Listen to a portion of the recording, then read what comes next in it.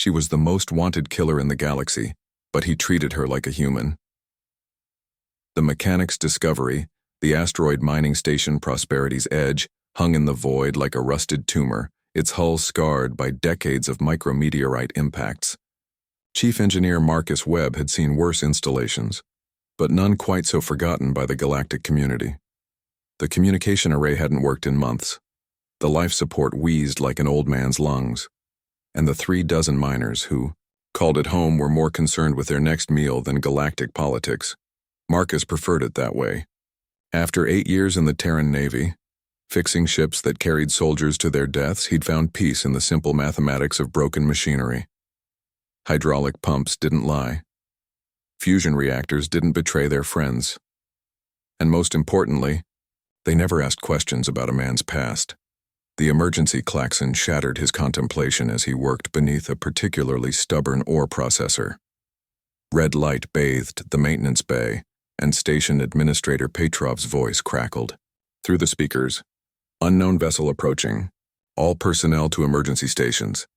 Marcus rolled out from under the machinery, wiping grease from his hands. Through the bay's viewport he could see it, a sleek interceptor, its black hull drinking starlight. No markings, no transponder signal.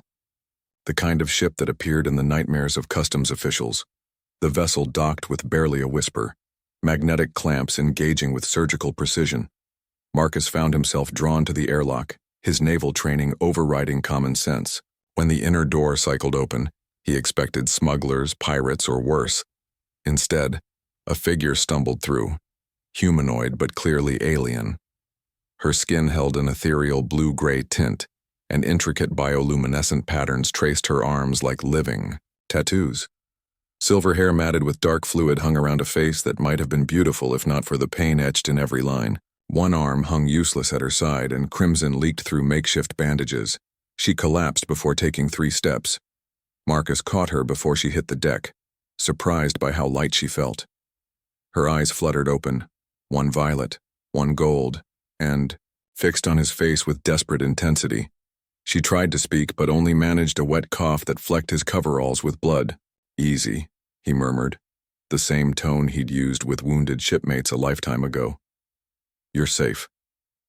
Her expression shifted, surprise replacing desperation, as if the concept of safety was foreign to her.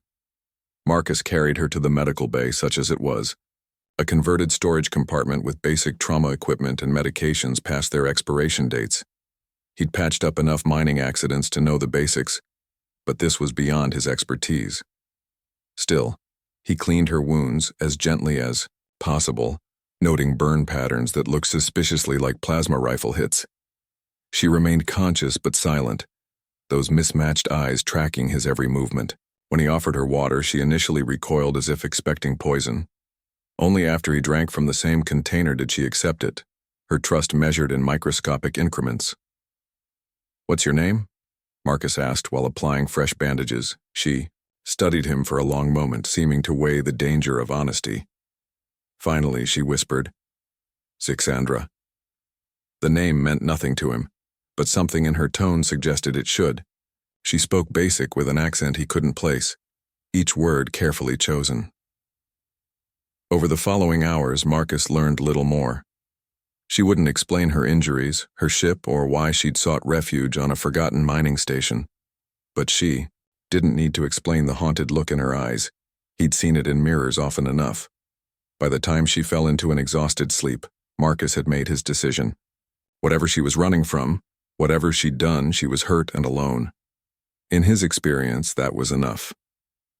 He settled into a nearby chair to keep watch, unaware that he'd just made himself an accessory to harboring the galaxy's most wanted killer. Part 2. The Revelation.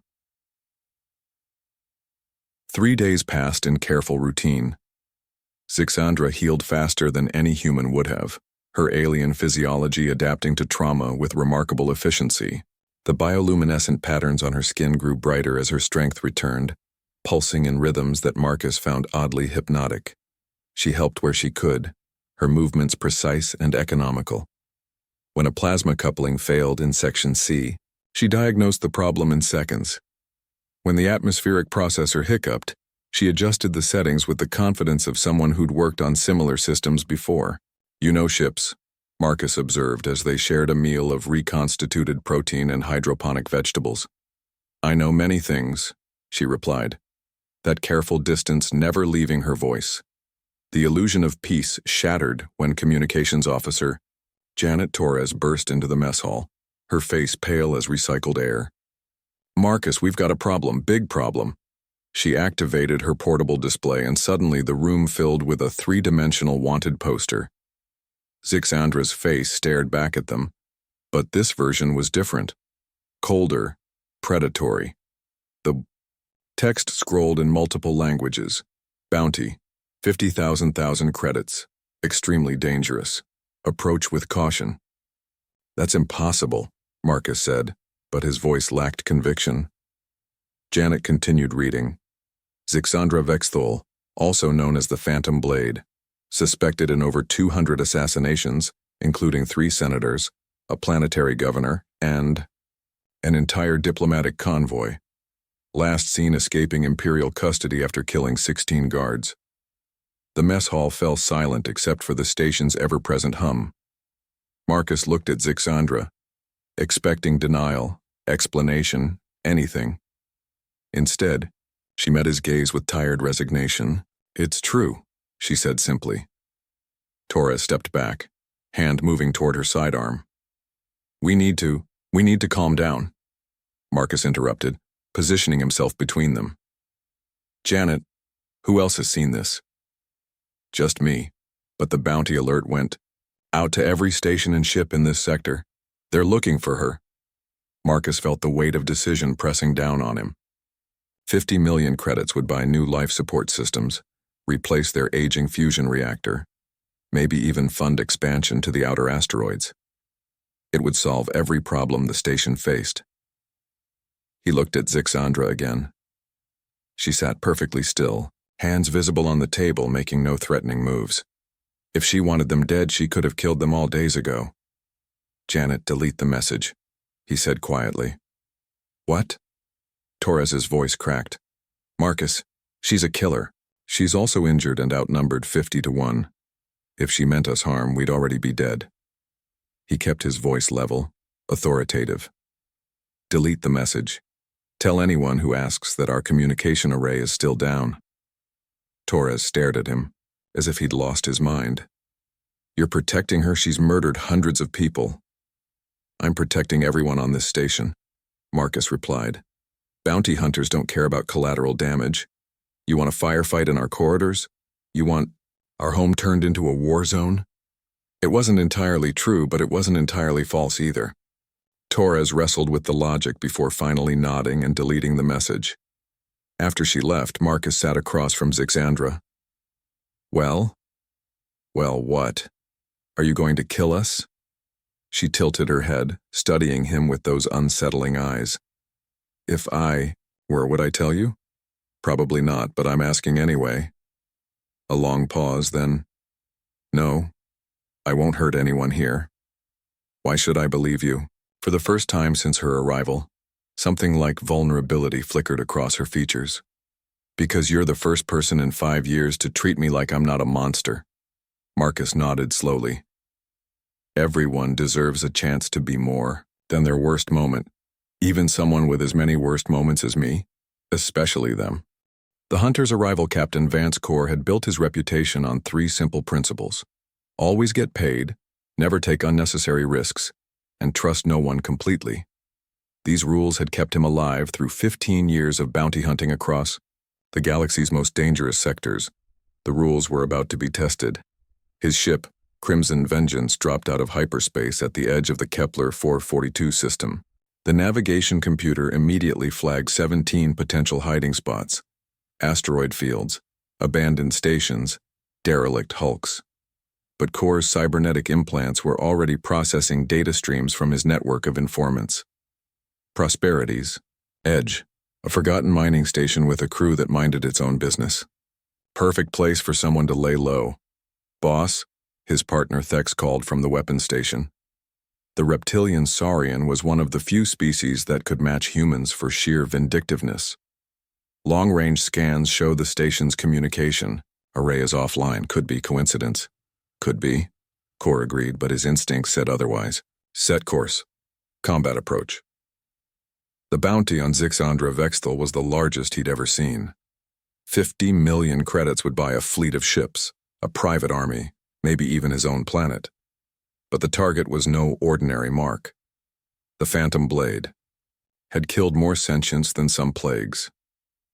As they approached the station, Core reviewed her file again. Born on Zirion Prime to a family of merchants. Kidnapped at age 12 by the Shadow Collective, a criminal organization that specialized in creating perfect killers, subjected to genetic modification, combat conditioning, and psychological programming that turned children into living weapons. She'd served the collective for 8 years before something went wrong. Details were classified, but she'd turned on her handlers and burned their primary facility to the ground. Since then, she'd worked as an independent assassin, taking contracts that aligned with some twisted moral code only she understood. The psychological profile painted her as a sociopath with occasional flashes of conscience. Dangerous precisely because she was unpredictable. Station's hailing us, Thex reported, on screen. A middle-aged human appeared, wearing maintenance coveralls and a carefully neutral expression. This is Chief Engineer Marcus Webb of Prosperity's Edge. State your business. Captain Core, freelance security consultant. We're tracking a stolen ship that might have docked at your station. Small interceptor, no registry. Webb's expression didn't change, but Core's enhanced senses detected the slight dilation of pupils, the microscopic shift in posture. Deception markers. Haven't seen any ships like that, Webb replied. Our communication array's been down for weeks. We wouldn't have known if anyone approached. Mind if we dock for a visual inspection? A pause. Of course. Bay 3 is open. The connection ended and Thex hissed amusement. He's lying. Obviously. Begin full tactical scan. I want to know how many people are on that station and where they're positioned. Crimson Vengeance docked with deliberate ceremony, its weapon systems powered but not targeted. Core believed in overwhelming force, but he wasn't stupid. Stations had defensive systems, and cornered prey fought hardest. Webb met them at the airlock, flanked by 2 miners who looked like they'd rather be anywhere else. Standard intimidation tactic, show force while maintaining plausible deniability. Welcome to Prosperity's Edge, Webb said. Not much to see, but you're welcome to look around. Core smiled, the expression never reaching his cybernetic eye. Much appreciated. We'll try not to disturb your operations. They began a systematic search, moving through corridors that reeked of desperation and deferred maintenance. The miners they encountered all shared the same story. No unknown ships, no strangers, nothing unusual. But Core's implants were painting a different picture. Trace chemical analysis detected exotic particles consistent with alien physiology. Thermal imaging showed heat signatures and patterns that didn't match human activity. She was here. Close. In the medical bay, his scanners detected elevated levels of alien DNA markers, blood that had been cleaned but not completely eliminated. Recent trauma surgery. Interesting medical supplies for a mining station, he commented, noting the surgical instruments and advanced medications. Mining's dangerous work, Webb replied. We patch people up as best we can. Core nodded and moved on, but he was already formulating his plan. The Phantom Blade was hiding somewhere on this station, probably in a section he hadn't searched yet. When he found her, he'd need to move fast. Her reputation suggested she could kill his entire team if given the chance. But that was why he'd brought insurance. Thex, deploy the hunters, he said quietly into his comm. Outside the station, 3 sleek drones detached from Crimson Vengeance and began circling Prosperity's Edge. Each carried enough firepower to breach the hull, along with sensors that could track a whisper in a hurricane. The hunt was beginning. The stand Marcus found Zixandra in the hydroponics bay, tending to tomato plants with surprising gentleness.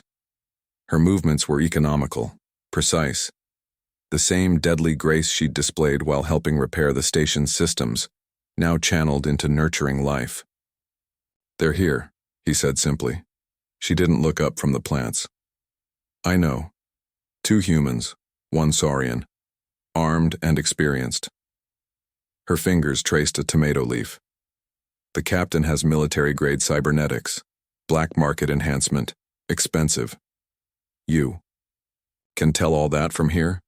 I can smell their gun oil, hear their calm chatter through the hull harmonics, feel the vibration of their weapons charging. She finally met his eyes. I should go, before they find me.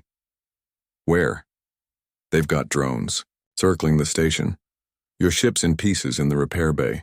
Zixandra's expression remained calm, but Marcus caught the slight tightening around her eyes. She was trapped, and they both knew it. I could surrender, she said quietly. They won't take you alive, not with that bounty. Then I fight. Against professional bounty hunters? In a station full of innocent people? Marcus shook his head. There has to be another way. Before she could respond, the station's internal comm crackled to life. Captain Kor's voice echoed through the corridors. Attention all personnel. We know Zixandra Vexthul is aboard this station. We're not interested in harming civilians, but we will do whatever is necessary to complete our mission. Turn her over, and everyone else walks away. Marcus activated his personal comm. All crew, this is Webb. Report to the main cargo bay immediately.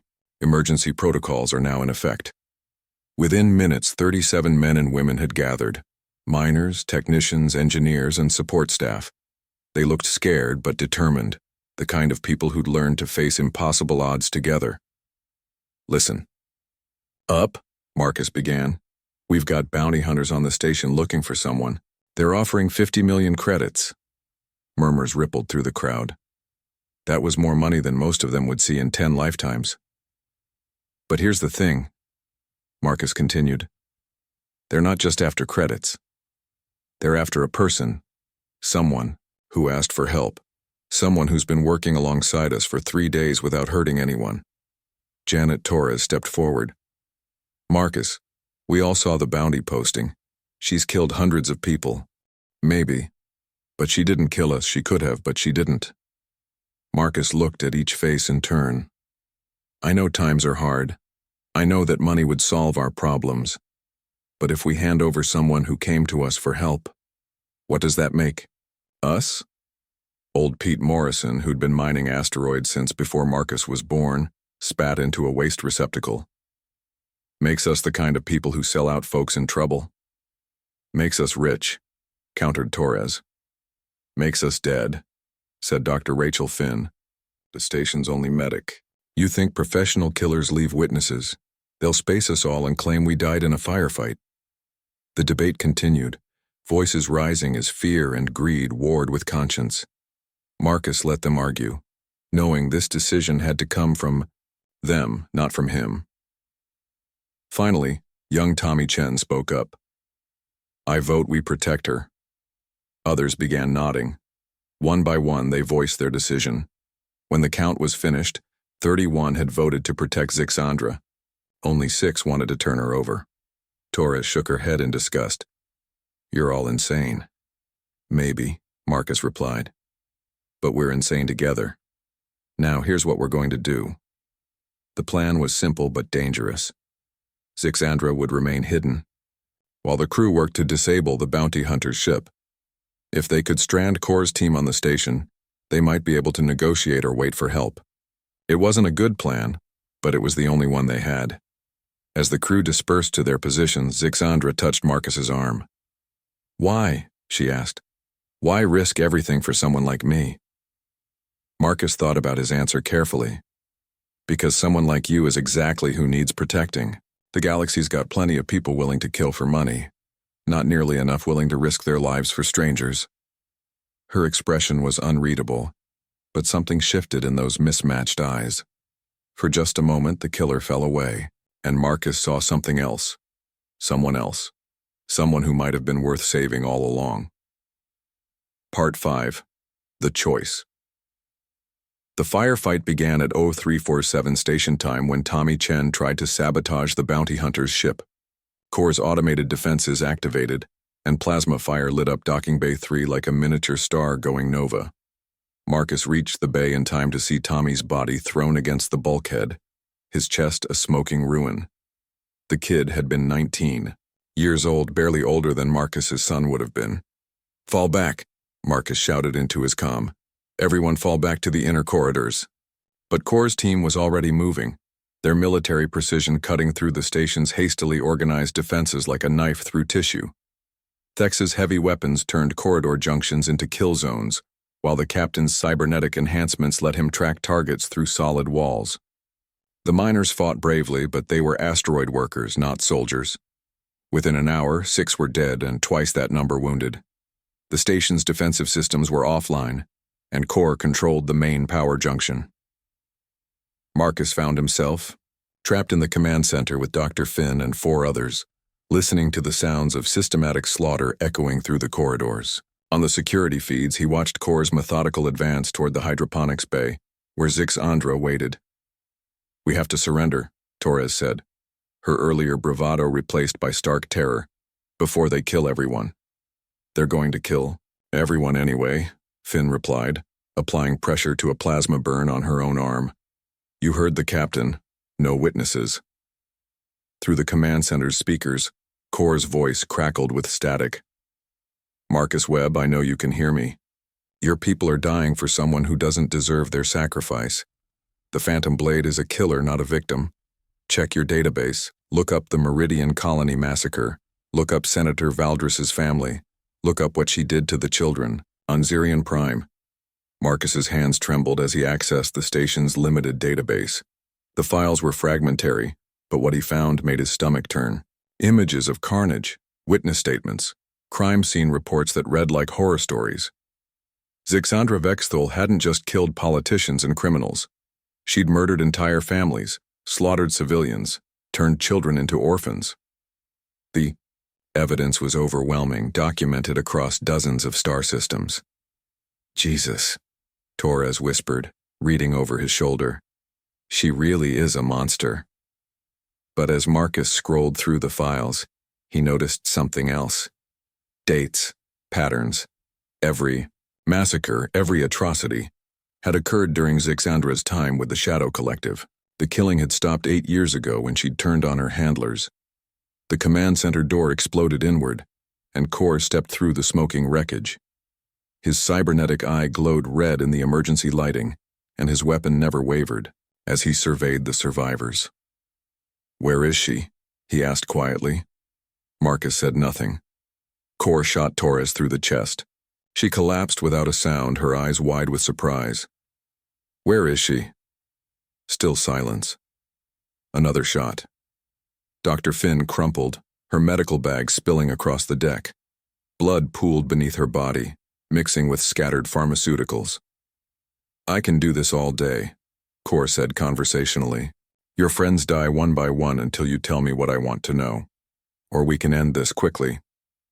Marcus closed his eyes, feeling the weight of every life on his conscience. Tommy Chen, barely out of his teens. Janet Torres, for all her faults, a decent woman trying to survive in an impossible galaxy. Dr. Finn, who'd patched up more injuries than any medic should have to see, all dead because he'd chosen to protect a killer. "Hydroponics Bay 7, he whispered. Core smiled and raised his weapon toward Marcus's head. "Thank you for your cooperation." The shot that followed wasn't the captain's. Zixandra materialized, from the shadows like death-given form. Her blade, some kind of monomolecular wire, had opened Core's throat so precisely that he was still standing when his head toppled backward. Blood fountained from the wound, painting the command center's displays in arterial crimson. She moved like liquid lightning, reaching Thex before the Saurian could react. Her weapon found the gap between armor plates, slipping between scales, to pierce his primary heart. He dropped his rifle and fell forward, his death rattle echoing off the bulkheads. The third bounty hunter never made it into the room. Marcus stared at the carnage, his mind struggling to process what he'd witnessed. The woman who'd tended tomatoes with such gentle care had just killed 3 professional soldiers in the span of heartbeats. "You came," he said stupidly. Zixandra wiped her blade clean on Core's jacket. "You protected me. even when you learned the truth. Are you going to kill me too? She considered the question with the same careful attention she'd given everything else. No. You showed me something I'd forgotten. What? That some people choose to be better than their circumstances demand. She moved toward the door, then paused. The files you read, they're all true. Every death, every atrocity. I won't insult you by claiming I was just following orders. Marcus found his voice. But you stopped. I stopped killing for them. I never stopped killing. Her mismatched eyes found his. But maybe I could learn to stop killing for me. She vanished into the corridor, leaving Marcus alone with the dead. Outside, her ship was already powering up, patched together with spare parts and determination. By the time station security reached the docking bay, she was gone. The official report listed the deaths as a mining accident. Plasma leak, unstable atmosphere, tragic but not uncommon in the outer systems. The 50 million credit bounty remained open, but somehow no one ever connected the Phantom Blade to Prosperity's edge. Marcus never saw Zixandra again, but sometimes he heard stories. A mining colony saved from raiders by an unknown benefactor. A slave ship that mysteriously exploded, its cargo freed. Criminals who vanished in the night, their victims finally able to sleep peacefully. Maybe she'd learned to be more than her worst moments after all. Or maybe she'd simply found better people to kill. Either way, Marcus thought as he tended the hydroponics bay she'd helped maintain, everyone deserved the chance to choose who they wanted to become. Even killers. Especially killers.